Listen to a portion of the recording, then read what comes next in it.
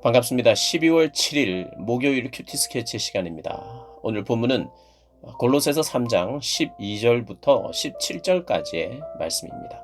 오늘 본문은 이렇게 시작합니다. 그러므로 너희는 하나님이 택하사 거룩하고 사랑받는 자처럼 긍휼과 자비와 겸손과 온유와 오래 참음을 옷 입고 누가 누구에게 불만이 있거든 서로 용납하여 피차 용서하되 주께서 너희를 용서하신 것 같이 너희도 그리하고 이 모든 것 위에 사랑을 더하라. 이는 온전하게 매는 띠니라. 오늘 본문은 새 사람은 어떤 삶을 사는지를 보여주는 본문입니다. 새 사람, 새롭게 된 사람, 새 생명을 얻은 사람은 어제 본문에 있는 것처럼 위의 것을 찾는 사람입니다. 땅의 것을 죽이는 사람이지요. 그리고 위의 것을 찾고 땅의 것을 죽이는 사람의 삶이 구체적으로 드러나는 부분이 어떤 부분인가 하니 긍휼과 자비와 겸손, 온유, 오래 참음으로 용납하고 용서하고 사랑하는 사람이라고 이야기를 합니다. 그리고 이제 이어지는 내용이 그리스도의 평강이 너희 마음을 주장하게 하라. 너희는 평강을 위하여 한 몸으로 부르심을 받았다. 너희는 평강을 만드는 사람, 화평을 만들어가는 사람으로 부름을 받았다. 화평, 평강은 관계에서 오는 거죠. 관계가 좋을 때 그게 화평한 것 아닙니까? 그런데 용서해야 될 일이 있을 때 서로 화평하지 못한 상태죠. 용서해야 될 일이 있는 관계. 그러니 사랑은 무엇으로 사실 시작되는가 하니까 용납으로 시작이 되죠. 그를 받아들임으로 시작이 되는 게 사랑입니다.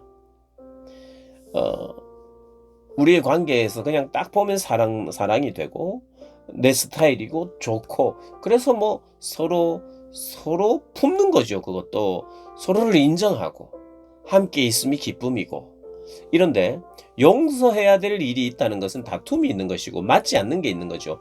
그러니까 품지를 못하는 상태 아니겠습니까? 그럼 품지 못하고 있을 때 어떻게 하면 품을 수 있죠? 마음으로 그를 용납할 때 용서할 때 품을 수 있죠. 그리고 용납하며 용서할 때 진심으로 용서를 바랄 때 이제 사랑이 회복이 되는 거죠. 그러니 사랑은 어떤 면에서 그냥 가만히 있는데 사랑이 되고 서로가 막 좋아지는 것도 분명히 있겠으나 어떻게 보면 중요한 것은 서로를 용납하고 있는 상태여야만 사랑이 지속이 되죠. 두 사람이 똑같진 않잖아요. 똑같은 수준의 사람이 될 수도 없고 똑같은 어떤 수준의 사람이라 할지라도 오해라는 것이 있을 수 있고 그러니까 사랑과의 관계에서는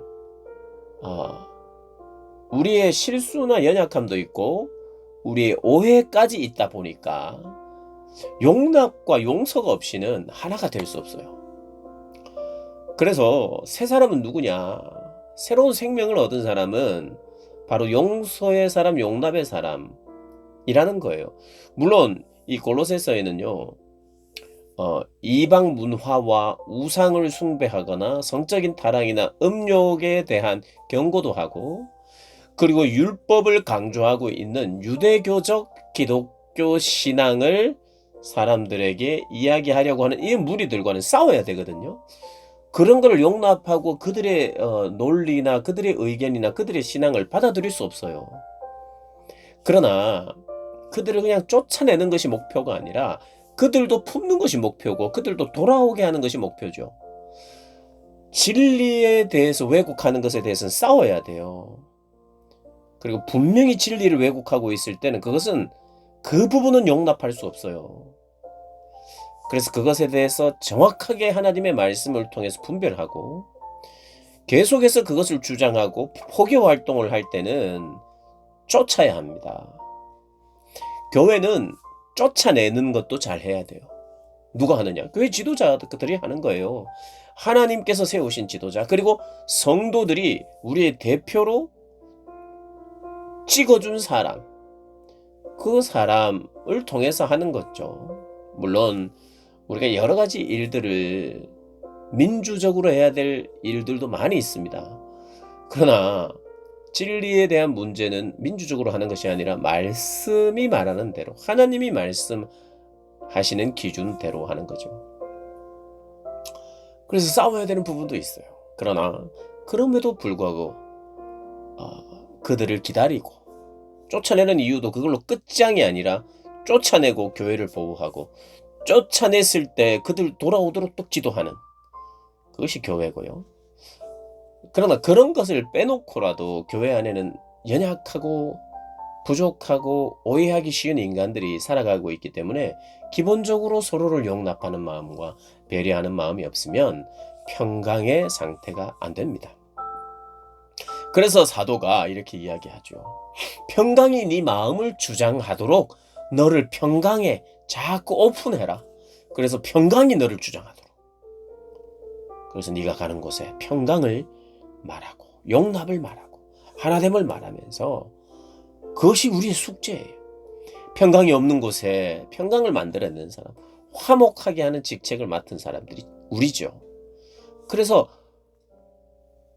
평강이 너의 마음을 주장하도록 하라. 그리고 너희들은 평강을 위하여 한 몸으로 부르심을 받았나니 너희는 또한 감사하는 자가 되라. 또한 감사하는 자가 되라. 오늘 본문을 보면요, 16, 17절도 감사에 대한 이야기가 나옵니다. 그리스도의 말씀이 너희 속에 풍성히 거하여 모든 지혜로 피차 가르치며 권면하고 시와 찬송과 신령한 노래를 부르며 감사하는 마음으로 하나님을 찬양하고, 감사하는 마음으로 하나님을 찬양하고, 17절에 또 무엇을 하든지 말에나 일에나 다 주 예수의 이름으로 하고 그를 힘입어 하나님 아버지께 감사하라. 감사하라. 또 감사하는 자가 되라. 오늘 본문은 어떻게 보면 사랑의 사람, 사랑하라. 사랑과 용서로 시작되는 것이죠. 사랑은 용서함으로 말미암아 화평하게 되고, 그래서 어떻게 보면 뭐 따로 나누자면 용서의 사람, 화평의 사람 연결되는 겁니다. 이게 다 따로 나눌 수도 있겠지만 굳이 구별하자면 용서의 사람, 화평의 사람, 근데 이게 다를 수는 없죠. 용서하는 사람이어야 화평의 사람이 되죠. 자, 그 다음 감사하라. 감사하는 자가 되라. 감사의 사람이 되라. 자, 이 세 가지가 연결되어 있습니다. 자, 감사하는 자가 어떻게 됩니까? 감사하는 자가 불만하지 않죠. 자, 그러니까 불만의 사람은 용서를 못합니다. 용서 안 합니다. 용서 안 하는 자는 사랑의 사람이 되기 힘들죠. 자, 불만이 많아요. 용서를 못해요. 그런데 그 사람은 사랑이 많다. 이게 말이 됩니까? 자, 그러니 용서를 못해요. 사랑이 없어요. 그런데 감사는 많이 한다. 이게 말이 되나요? 말이 안 되죠. 그래서 용서의 사람이 되라 이 말을 할 때는, 그래, 사랑의 사람이어야 되고 그 사람은 겸손하고 감사하는 사람이 돼야 될 거, 다 연결이 됩니다. 그래서 한번 보면, 자, 이 사람이 용서의 사람인지는 그 관계를 통해서 내가 너를 용서할게 이런 것을 봐야만 그게 확인되는 거죠. 저 사람 용서하는 사람이야, 이런 것을 확인하기는 쉽지는 않아요. 왜냐하면 용서하는 현장에 내가 늘 그걸 확인할 수 없기 때문이죠. 용납하고. 그래서 잘 모릅니다. 그런데 사랑이 많은 사람은 조금 표가 나요. 왜냐하면 사랑이 많은 사람은요, 좀 베푸는 사람이잖아요. 그러니까 베풀고 또 그 사랑이 많은 사람이, 용서가 많은 사람이기 때문에 또 품고 용납하는 사람이 돼요. 그러니까 사랑이 많다 하는 사람은 조금 표가 납니다.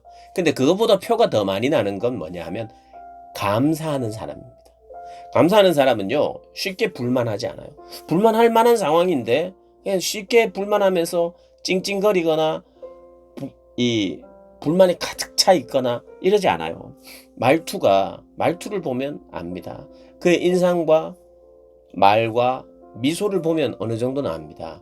물론 우리가 이 시대 사회성을 위해서, 사회성을 기르기 위해서 그 미소, 적당한 미소도 있고 뭐 그렇기도 하겠지만, 그리고 우리가 불만이라는 것이, 결핍이라는 것이 있을 때 결핍이 있다, 난 불만이 있다, 이렇게 말할 수 있어요.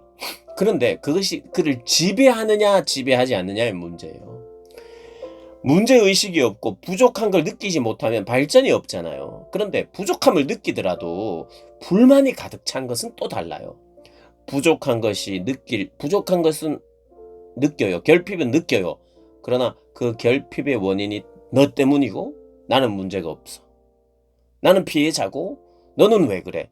항상 이런 식으로 접근하면 불만이 계속됩니다. 자, 결핍과 문제가 있을 때 어떻게 해결할까? 내가 저들을 어떻게 도와줄까? 내가 무엇을 더 열심히 해야 될까? 이런 마음을 가지고 또 내가 열심히 한번 뛰어봐야 되겠다. 그리고 이만큼 온 것에 대해서 감사하는 마음. 그러니까 불만에 가득 찬 사람은 계속해서 불만이 나옵니다. 근데 감사하는 사람은 신뢰할 만한 분이 있을 때 감사할 수 있거든요. 신뢰하고 믿을 만한 분이 있을 때 소망을 가지게 되고, 그리고 그 소망 때문에 감사하게 되고, 현재의 삶에 내가 보지 못했던 다른 기반들 때문에 감사하기 시작하고, 감사를 표현할 줄 알고 감사를 느낄 줄 아는, 너무 당연하게 느끼는 것. 그래서 어렸을 때부터 너무 당연하게 느끼는 것을 당연하게 느끼지 않도록 교육하고 훈련하는 게 필요합니다. 특별히 우리 자녀들에게 그런 것 같아요. 그래서 어렸을 때 어른들께 뭔가를 받으면 잘 감사해야 된다. 부모에게도 감사하도록 훈련시키는 게 필요한 것 같아요. 그렇게 미처 보지 못했던 것을 보는 눈이 생기는 거. 부모는 그냥 한없이 퍼주기만 하는 줄 알거든요.